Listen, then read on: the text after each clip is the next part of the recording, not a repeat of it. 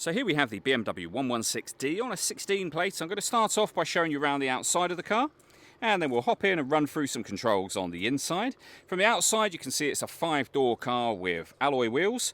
We're going to start off inside the boot area first of all. As we approach the back of the car, you can see we have reversing sensors, plenty of boot space as well, along with that 60-40 split folding rear seat should you wish to increase this space even further. Okay, so we're just going to work our way back around to the front of the car, and then we'll hop in and run through some controls on the inside of the car from there. But now that we've done a full circle of it, you can see it's in lovely condition the whole way round. Just briefly before we climb in, I think it's well worth seeing the interior from this exterior point of view. There's plenty to run through on the dashboard, so let's hop in and we'll do that now. Okay, now that we're inside the car, we're going to start with the dials. On the left-hand side, we have the speedometer and the fuel gauge. We have the rev counter on the right-hand side. In the centre, you can see the total miles for this car. They are 73,753. The information displayed above that can be changed by pressing a button on the end of the indicator stalk. If we back out to the steering wheel, we have speed limiter and cruise control on the left-hand side, stereo and phone controls on the right-hand side, and then the stereo itself is over in the center, which is where you would pair your phone up. The movement that I'm making on the screen is being done using the iDrive system, which is essentially this dial.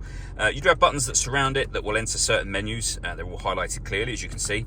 But from the main menu, that dial will highlight anything that you want. So telephone, navigation, for example, push the dial down. We're then in the sat-nav menu.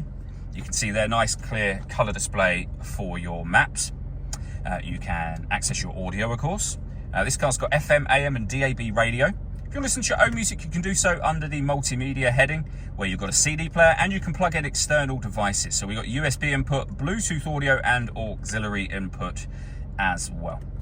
Working our way down from that, we have the main volume for the stereo, our CD player, and then the climate control. So you can adjust the temperature inside the car.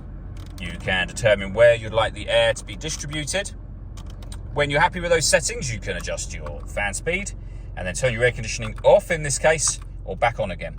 Or hit auto. This is where the climate control element comes in. You can hear in the background, but the car will now take control of the fan speed to maintain the temperature for you.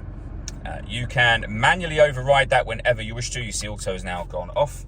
We have 2 cup holders, a 12-volt charging socket. The key is in the car here. To start the car up, you just need to make sure the key is with you. And we have the start button just here. Above that is the stop and start. This car is designed to cut out when it's stationary in traffic to save you fuel. You can turn that system on and off. We then have the 6-speed manual gearbox. We can turn off our traction control and change the driving setup of the car as well. So comfort is your everyday driving mode. We have sport as well. And we've got Eco Pro available. All that leaves me to say is thank you for taking the time to watch this video.